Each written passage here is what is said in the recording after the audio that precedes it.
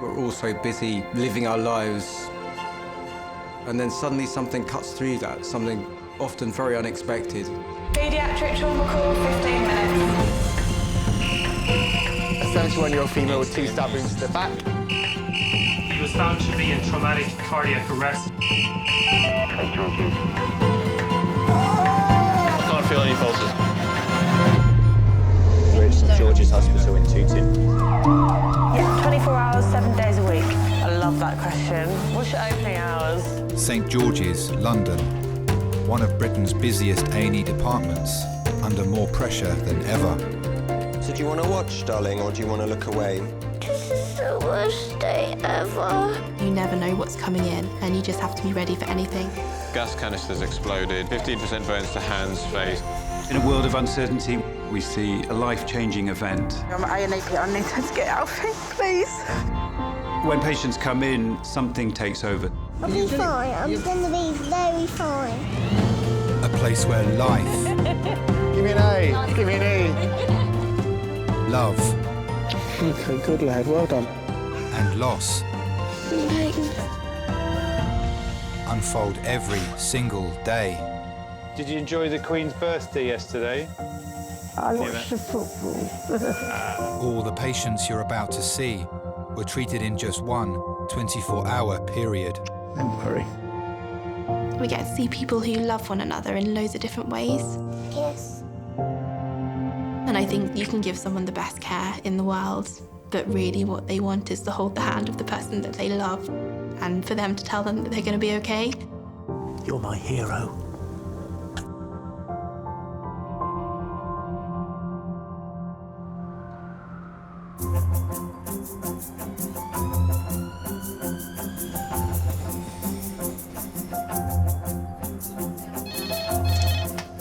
Any reception gonna help?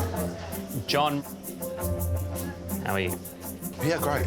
I love hospitals. I bet you don't. I need to work and see if these glasses work and see if I can read that over there. See, it's just perfect now. Do you wear glasses? No. I don't tend to start neither. No offence. That's all right, none taken. I think I need to wear these all the time. Well, then why aren't you? Because they give me a headache. And I can't deal with a headache.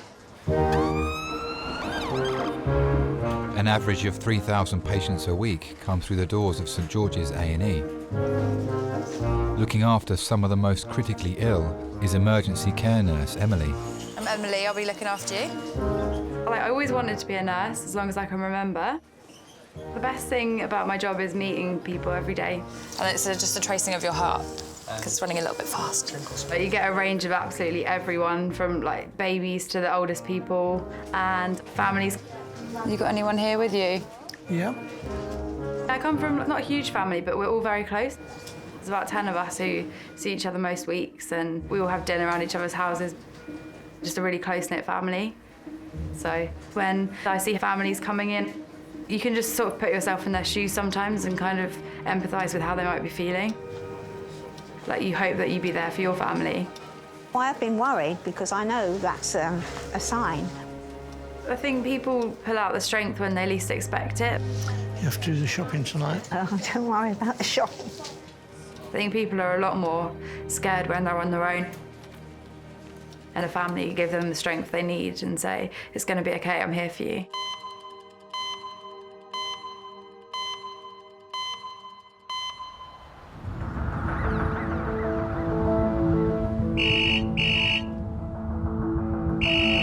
Hello, recess, St George's. Yeah, cyclist. Yeah, straight CT. All right then, thanks. Bye. Adult priority call, 15 minutes. A 64-year-old man is on his way to St George's after being thrown from his bicycle. Emergency doctors put him in an induced coma at the scene to take control of his breathing. We'll get CT ready. Intubated already. Intubated, yeah. She says through. If you're a cyclist, you don't have any protection around your body. And we need to take a trauma mattress. So whatever you hit, your body takes the direct impact. He needs CO2, and he's already RSI'd, so we need the white one. Usually, in that kind of situation, it tends to be multiple injuries. They can be life-threatening and time-critical. Needs to go straight on the CT table, doesn't it? The The man's wife has been notified and is on her way to the hospital. It was, as people say, a very ordinary day.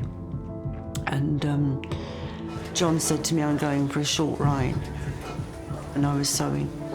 And I just sort of got up to make tea or coffee. John called me and said, I'm on my way home now.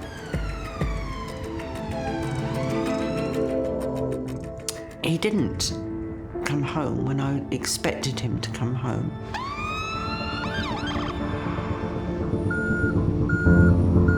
I did keep telling myself there's a perfectly reasonable explanation. Perhaps the battery's flat on his phone. Perhaps, you know, he's decided to call in on a friend or something. I think you go a little bit into, you know, denial, because I'd look out of the window and think, oh, I'll be cycling up here in a minute. You know, don't be silly. And as I walked away from the window, the doorbell went. And it was the police. And I knew straight away. I just said to them, it's my husband, isn't it? City, please. Ready, race, lift. So this is John, who approximately an hour and 45 minutes ago now was going down a hill on his bicycle where he's lost control, no one's witnessed it, and he's come off. Injuries top to toe, thinking traumatic brain injury. He's got a large laceration to his right eye and lots of bruises on the right side of his face. He's got abrasions on both upper limbs. He's got abrasions on his right pelvis. Ready, steady, slide. Okay.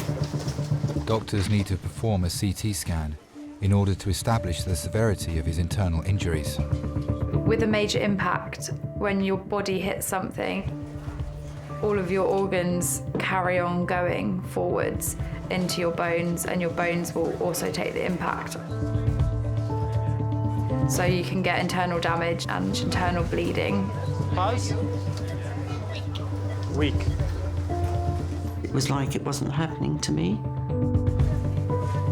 It's not until something could be taken away from you that you know, really, God, you know, this can't happen.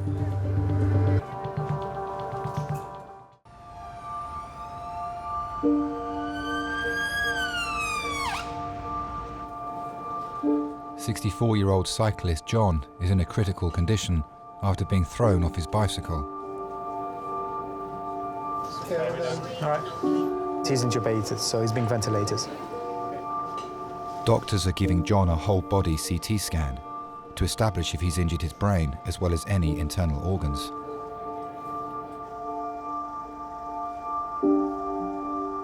John's wife, Pauline, has arrived at the hospital from their home in South London. I wasn't looking for a relationship at all, and that's what surprised me. John and I worked for the same company. John was engineering, I was communications. And there was somebody that was leaving, and we were gathering to go for a drink after work. It was the first time I'd ever met or spoken with John.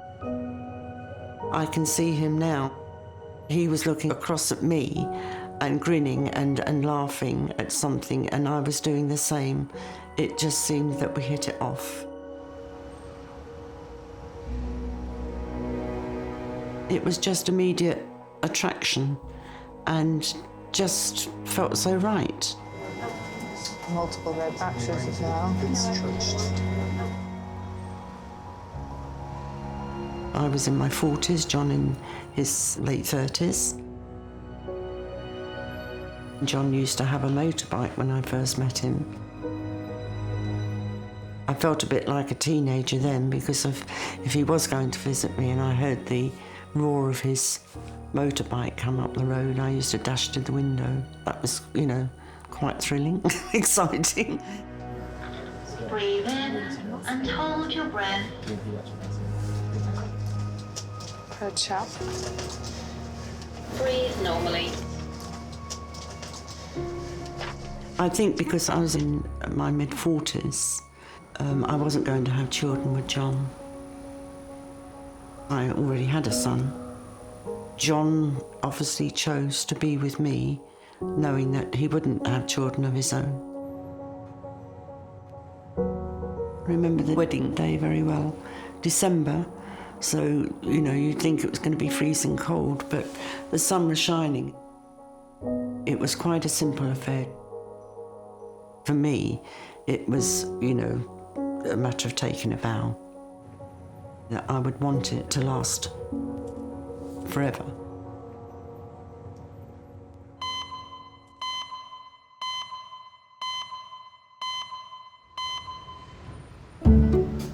Oh, Ian. See, you can say that properly. Oh, Ian. I have to like go, oh, Melissa. I know, it's effort, isn't it? Have you had your eyebrows done recently? No, I'll do it myself, but I haven't done it for about a couple of weeks. Okay. They look messy. Ever seen the first Rambo film? I've seen all of the Rambo films. You know the one where he gets his leg sliced open, just unscrews the tip of his knife, gets out the needle. Savage. Imagine Rambo in A&E. 21-year-old drama student Florian has come to A&E with his classmate Jake, having injured his foot whilst rushing to get to class. Do you want to go through your scene? Why not? Have you got a highlighter on you? Orange, green, or yellow, green? Green. So, what's the play about? And who are you? I am Ted. Hi, Ted. My first experience of acting was in primary school. Our teacher went on maternity leave and we got a supply teacher, and he was an actor and he didn't really know much about teaching at the time, so we just did a load of acting workshops and I just fell in love with it from there. You're Charlotte. I'm Charlotte. Charlotte. All right, Ted. Sorry, I was miles away. I miss Ted. Miss Ted, I am Ted. When I was a kid, the school would take us on school trips to the theatre. I used to think it was like a cinema where you can just be really chilled out and have a little whisper with your mate, but it's nothing like it. The people would just turn around and just, shh, don't rattle your crisps or don't rattle with your sweets. I'm going away. What? I ain't told anyone yet, but I booked a flight. I'm off, Ted. What? I played Bottom in The Midsummer Night's Dream. It was the first play that I was in primary school. Bottom is the guy that gets turned into a donkey. Yeah, I had little donkey ears as well. When are you leaving? Tomorrow. Tomorrow? Dun, dun, dun. And then, all right, now you're playing a bloke. What? Right, now you're playing a bloke. There you are. What's been your favourite character that you've played so far? Favourite character that I've played so far? I would say Marco from A View from the Bridge. I felt really connected to it because he sort of came over from Sicily to New York. It was like coming from a different background where it's all paws and rags, struggling a lot. That's what it sort of felt like for me, coming from home to London. You happy, Ted? I'll tell you what it is, right? It's the little things that make me happy. Do you know what I mean? And they smoke a fag. There we go. Bish, bash, bosh.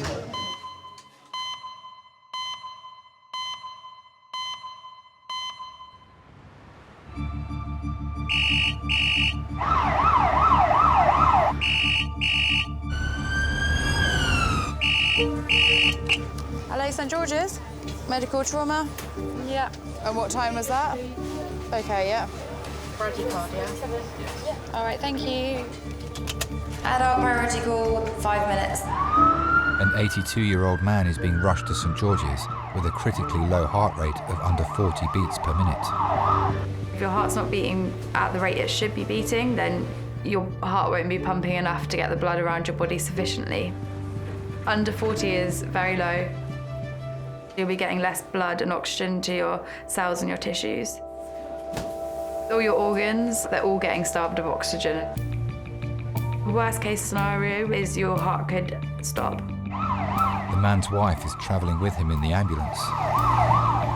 Ron had been feeling quite odd one evening, and I said, "Are you okay?" And he said, "No, I don't feel right at all."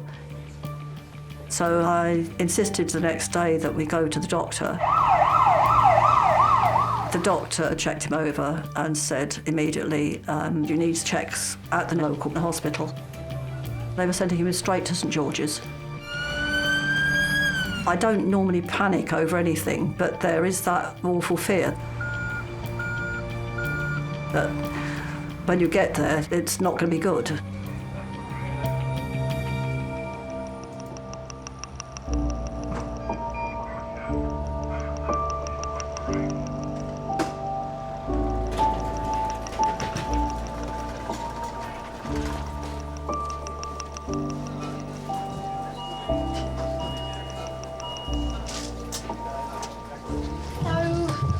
Taking your top off, please. And my vest. Yeah. Yep, okay. Right. Ronald. Ronald. So Ronald has been to the walking centre today from the city. The reason he was coming in initially was because They're going to go like that. 20 weeks ago, when they've been measuring the consciousness of his heart rate's been around about 36 to 38. No loss of consciousness with you. He said he had a funny turn. He doesn't really. He doesn't say remember it's it dizzy. He just said, I had a funny turn. Typical bloke. That's the one. Take care. Cheers. Thank you very much. Hello, my name's Sonal. I'm one of the consultants. How are you? Right, not too bad, thank you. Good. So, tell me from the beginning what's happened. When did you start feeling unwell? 10 days ago, I was a bit under the weather, you know. I mean, you put down to age, I would assume, normally. The older men complain a lot less about pain, or they'll deal with their problems a lot at home before they come in. Did you think anything more of it, or did you just sort of carry on? Just carried on. You always hear their wives saying, I told him to come in last week and he didn't. And then what happened next? What happened next? Oh dear. I have to go and ask the wife. She's sitting in the waiting room. And then they finally come in and they're really sick because they've waited so long. I'm going to sit you forward a bit. OK. Just sit up. Good, well done. Just going to listen to your back. They will mention death, like, oh, I haven't got long left anyway. Breathe in and out. They just sort of deal with it in front of you. Your heart is going quite slow. You might need something done to actually speed up. We all know that we're not here forever. I don't think you can prepare yourself for that at all. We need to do a few tests. I'll go and get your wife. It's my world. We're two halves. What happens if you lose half of yourself?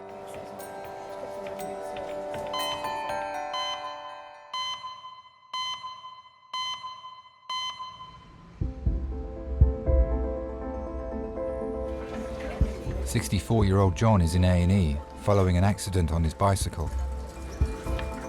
Emergency doctors treated him at the scene and put him in an induced coma to prevent any further injury to his brain. Cyclist lost control. He was intubated and brought in here. He's got a head to feet scan. John's wife, Pauline, is waiting outside. I don't mind saying that, you know, I'm probably born anxious. I'm an anxious person. I can get upset over things which really shouldn't matter. It was after-sales customer care that I did. There was a lot of stress at work. It was affecting my physical health. I retired earlier. I was medically retired. It's a very lonely place. If you have problems and anxieties and you don't have somebody that you can really share with, you don't have to have loads of friends. You just need someone that understands you, understands where you're coming from. John was very supportive to me. If I got upset or emotional over things, John was always the one that put it in perspective. If one is anxious by personality, it doesn't actually ever get totally squashed, but it gets managed. And for anxiety, John has helped me manage it enormously. John was a good leveller for me. He was my rock and the love of my life. Doctors now have the preliminary results of John's CT scans. How come he's just got so crushed? That's the question.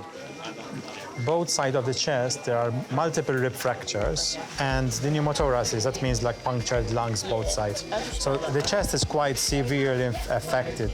Chest injuries are very time critical. Pneumothorax need to be treated urgently with a chest drain. When you put a chest drain in to the lining of the lung, it will drain the air out so your lungs can inflate again as normal. So he's got bilateral flail segments and multiple rib fractures. You have to be careful with your finger in case you hit a rib fracture. There's more fractures on the left than on the right, probably. It's just all moving, that's the problem.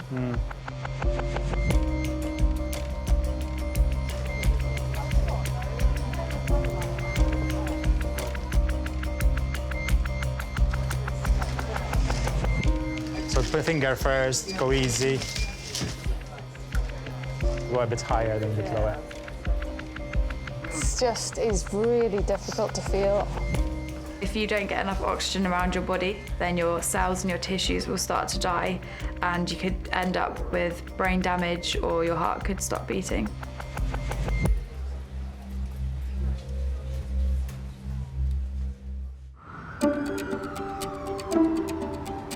This patient come out, whose name was Stephen, so he said to Sophie, Stephen with a V.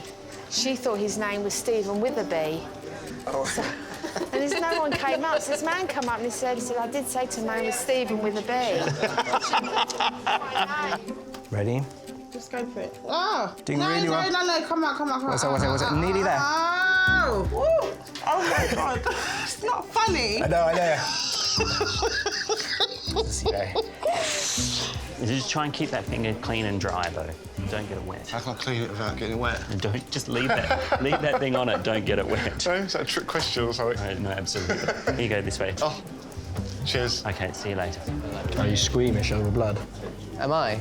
No. What I always remark at, though, is you know where you've cut yourself from the colour of your blood. What do you mean by that? You can tell oxygenated blood between deoxygenated Oh, blood. yeah, OK. Because there's the shades of red.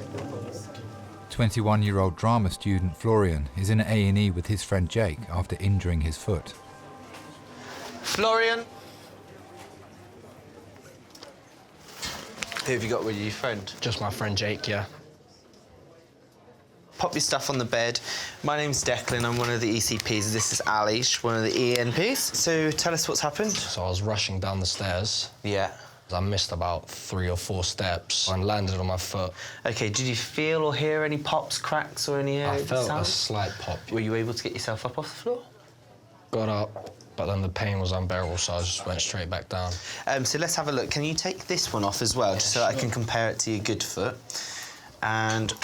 Would you like my sock off as well? Yes, please. Can I swap places with you, Ali? Do you want a hand? Yeah, please. Are you that much of a good friend? You are sock holder. There you go. Yeah, I'll pop it in the shoe, mate, it's all right.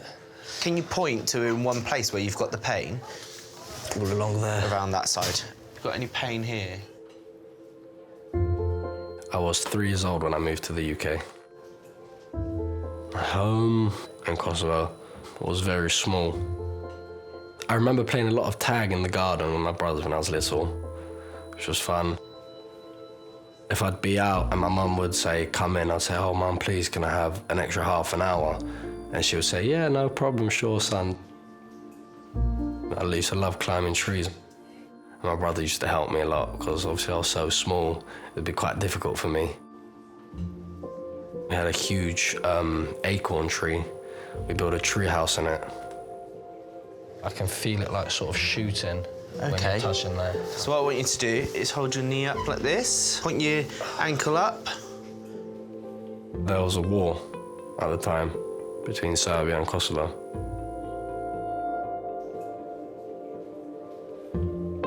I remember going out would be just like a normal thing until the war happened, obviously, then you'd have to be indoors at a certain time. So which of those movements is the worst? Up and down. Up and down, OK. My dad was in the army. My mum would tell me how she would miss him when he'd go for duty.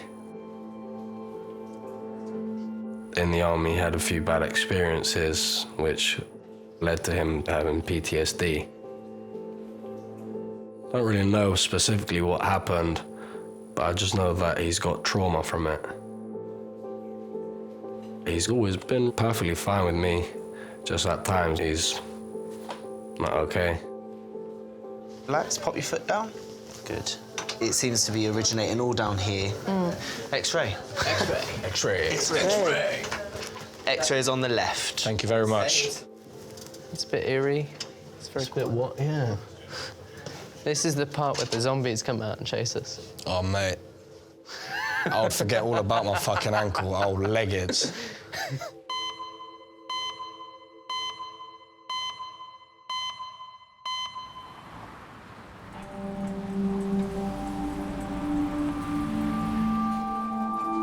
"82-year-old Ron is in resus with a dangerously low heart rate. His lowest rate goes down to 38, 39. His wife Dawn has been waiting in the relatives' room. Fancy seeing you here. Thank you. Have you got my hat there? Yeah. Oh, you have? Right. Would like it now?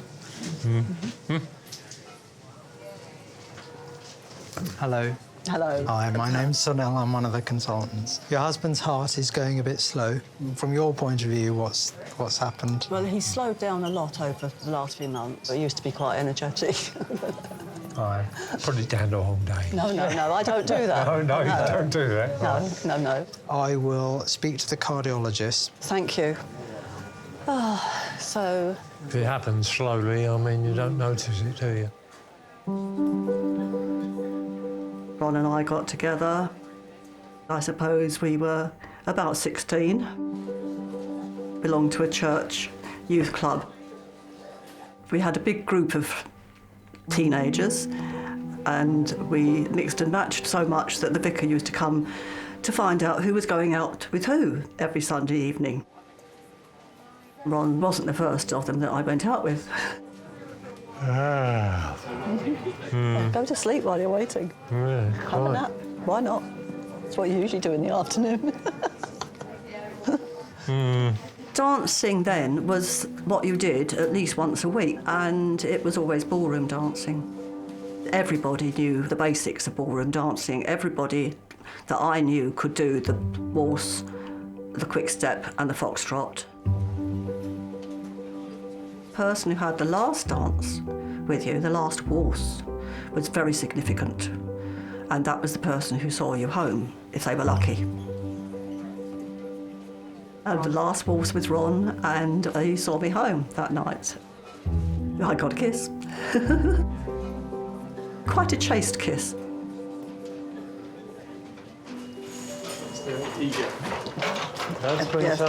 Cardiologists have arrived to investigate why Ron's pulse has slowed to a life-threatening level. You need to take an ultrasound of your heart to make sure it's pumping okay. Right. So let's do that. That's fine. We'd been together for 2 years when Ron had to do his national service. Most of that he spent in Egypt. It was the bad time out in Egypt then. It was for the Suez crisis. Then, so it was quite worrying. People were being shot and maimed and killed. It puts you on tenterhooks the whole time, because every time you read a newspaper you think you're going to hear something dreadful. The letters arrived regularly while he was waiting for mine. What sort of things would he say? Oh, goodness, that's private. Full of sweet nothings, if you like. It was lovely once he was home. Great relief that they're no longer in danger. He did look a bit different. Certainly looked more grown up, very bronzed, really well built. He'd grown a moustache, which I have ever since been trying to get him to shave off, and he won't.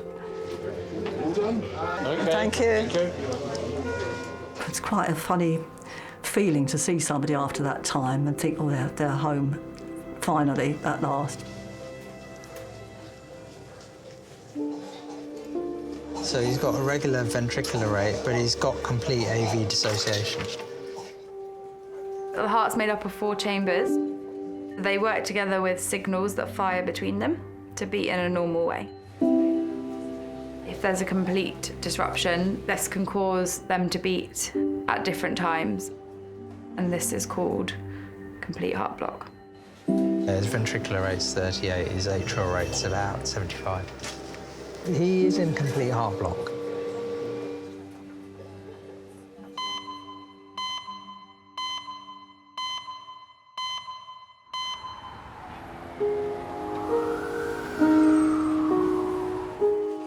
John is in resus after coming off his bike at a road junction.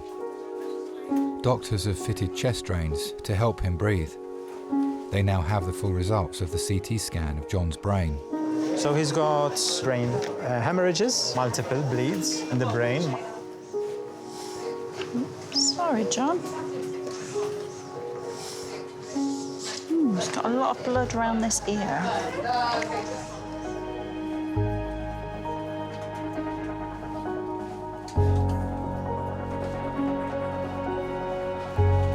John's wife, Pauline, is now in resus.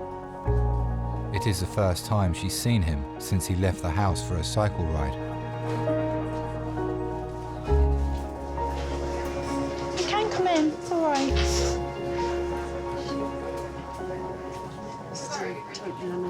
Yes, yes, we're keeping him asleep. There's been no worsening change? No, just the same.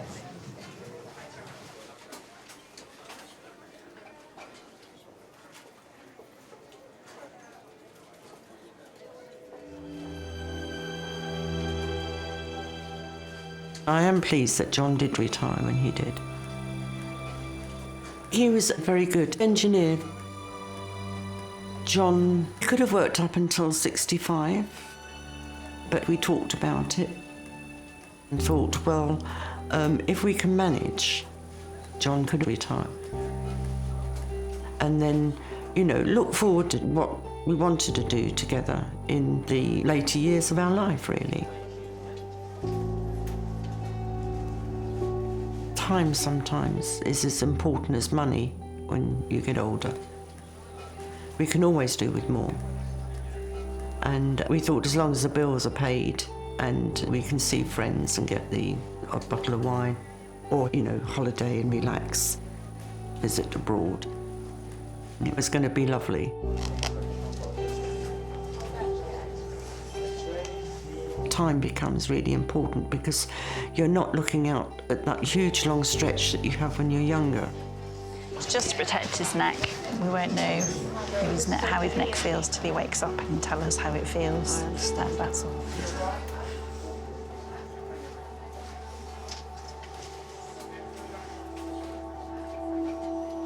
I did hope that we would be able to enjoy more years while we're still fit and able. I think we'll be ready to go to ITU soon. What's ITU? That's intensive care. Intensive? Yeah. When people are on their own as a relative, sometimes they can't deal with it. They do seem really calm when inside they're really, really scared. You've really got to support them even when they don't look like they need it. You can touch him, it's fine.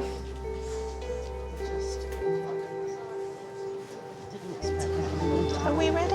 Oh, there we go. John will be taken to the intensive care unit, where doctors will continue to monitor him and assess whether he needs emergency brain surgery. If someone's got bleeds on the brain, neurosurgeons, sometimes they can operate and sometimes they will leave it and see what happens. But until someone wakes up, you'll have no idea how the bleed on the brain has affected their cognitive ability.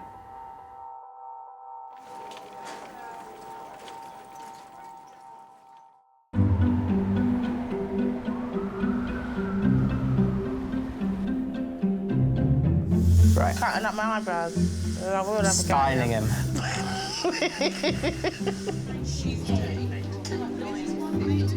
I've got to go to Isle of Wight Festival on the 9th. It's the first time. Look out for the man with the finger in the air. Thank you anyway. That's all right. You've been great. So have you. So. Considering. I'll make you flash in a second. You sure it was this way? Yeah, and then we're in room 3. Do one of those. Drama student Florian is waiting for the results of an X-ray of his foot after he tripped and fell on his way to class. The doctor just reviewed the X-ray. We can't see anything obvious, but we might be able to see maybe what we call like a buccal fracture, which is a break. We're still going to treat you as if you have a fracture, pop you in a back slab, and you'll be reviewed at fracture clinic. If I can pick and choose, I'd rather have the big boot thing. That reminds you of Robocop. Yeah, a bit of Robocop. Do you think we can ask? I don't think we can get that now. Worth asking. Shall we ask? Yeah? I'll ask. Excuse me, my friend. Question is, do we get the Robocop boot that goes with that? No. Right, you're up.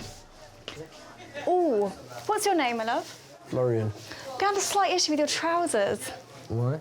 You're not going to be able to get them over the cast. Really? Yeah.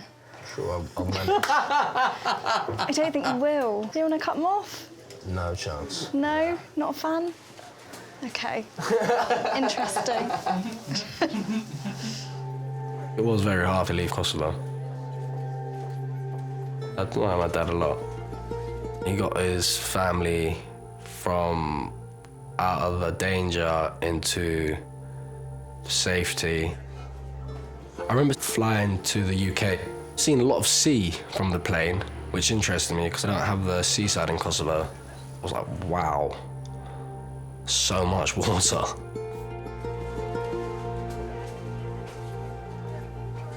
To me, it just felt like a little road trip. I didn't really know better at the time, at the age. But I do remember looking back and just everything just getting smaller and smaller and smaller. Going to London was really weird because there wasn't many big buildings back then in Kosovo. And when I came to London, everything was just so magnified. All these nice cars, big buildings, lots of space. I think it was difficult, but we all stuck together and we made it. Are you a gymnast? How can you reach your ankle like that? We do yoga. Do you do the downward dog? Yeah. Yep. Kills me. My parents, they say they want me to achieve my goals. They wanted a better life for us, and that's exactly what they gave us. I feel eternally grateful towards that. If you could be in any West End, what would it be? Would you see me in Darling? Titanic 2. Yeah, you're definitely Kate Winslet. I can't take you seriously whilst you're laying like Kate Winslet. When I told them I wanted to be an actor, they said, "Are you sure that's the path that you want to choose?" I said, "Yeah, I'm 100% sure." And they said, "You go for it. Go for it and make us proud." If my parents are there when I perform, it gives me a buzz because it makes me want to perform better. Yeah. Right, I'm going home. Have fun, thanks, Poppy. Enjoy your evening. Lovely to meet you. Take care. Right, bye-bye.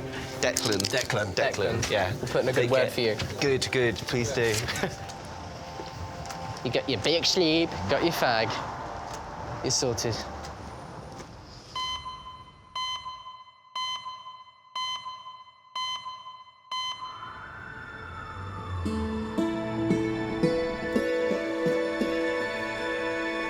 Ron is in A&E with his wife Dawn after his heart rate fell to a critically low 38 beats per minute.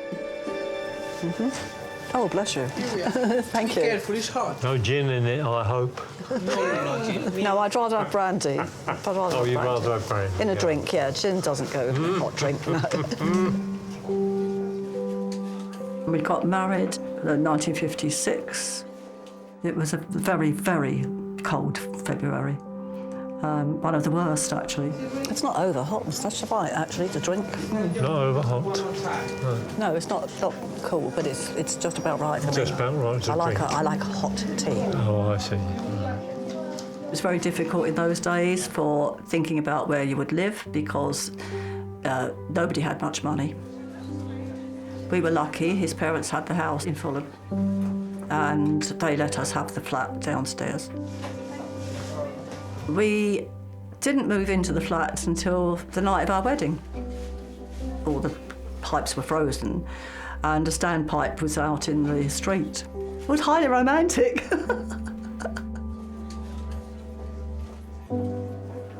Doctors now have the results of the tests carried out by the cardiology team. So it's really complete AV dissociation, really. You didn't really expect to be here, did you? I didn't, no. No. I expected to be back home about midday, you know. We were very happy together. We got on like a house on fire, as they say, and everything was just right.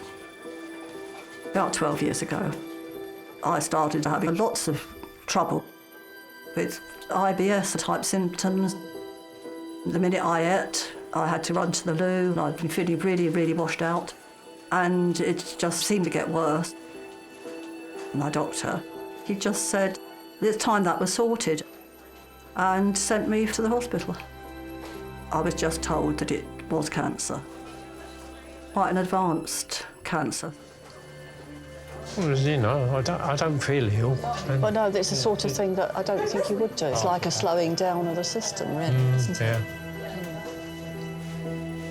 I had to have cancer treatment, chemo.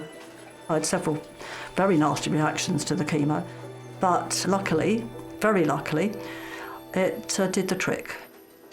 Ron came to absolutely every medical thing there was. You know, every time I went for treatment, he'd come. If I had to see the doctor, he'd come. He'd phone up the doctors to ask advice. And in general, really take care of me. He just thinks, well, you know, we'll do it together. We'll get through this together. I think we both do that. That's our. We're going to help each other, whatever happens.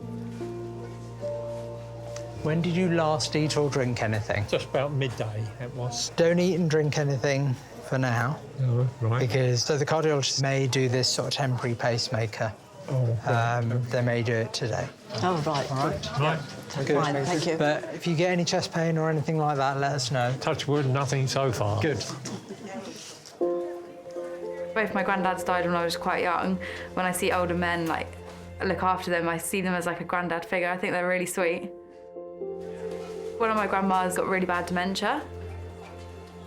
She's had that since I was 13, so she doesn't really know who anyone is anymore. She's 81 now, and she can't tell stories, but when you sing, she sings along. We always hold her hand and give her kisses, and she still feels that need for love. She still kisses back and like loves being cuddled, even though she doesn't know who you are, so she's still got like that basic human instinct. Let's go. Okay. Working in A&E makes you appreciate your loved ones more. The relatives act in all different ways. Some are just very calm and strong for the patient, and some take on the emotional side for them and break down, but most of the time they just stick together and stand by them. Ron will be taken to a ward in preparation for surgery to have a pacemaker fitted.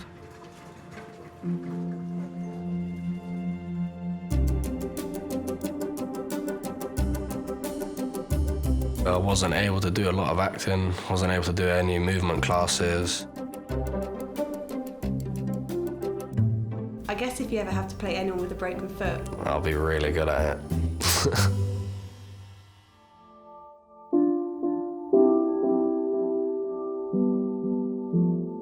I felt a bit lost, really, because I was just wondering what was happening and how you will carry on if things aren't very good.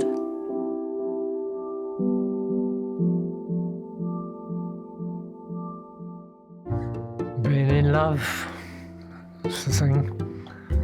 If you're not, then you're wasting your time. After 60 years, don't regret a day of it. You got to keep going whatever happens. It's a song. Keep right on till the end of the road. Keep right on till the end.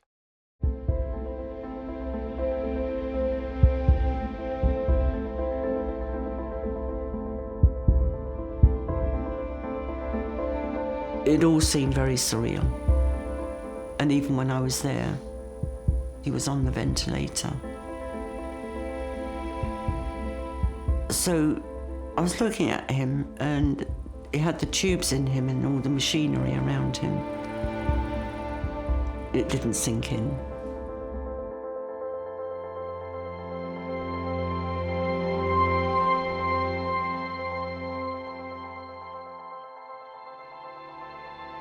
I hadn't told him how much I thought of him, and then if you feel that you're never going to get that chance, that hurts a lot.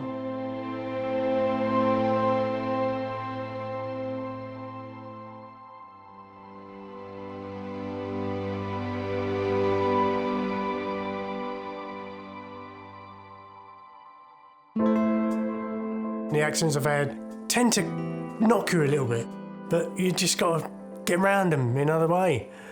So I feel positive and quite lucky. I'm still here, still in one piece.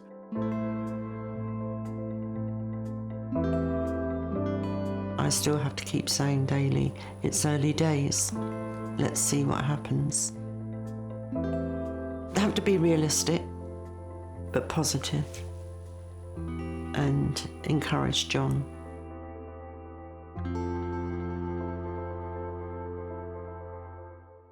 I'd love to lie down there and have a lovely sleep. If they only had a double. A&E St George's. I had a call and he said, you know, are you sitting down? I thought I was going to lose him. If you're bleeding from somewhere and the bleeding's not controlled, then you could bleed to death. Oh my God. That's a big bleed. He's definitely bleeding.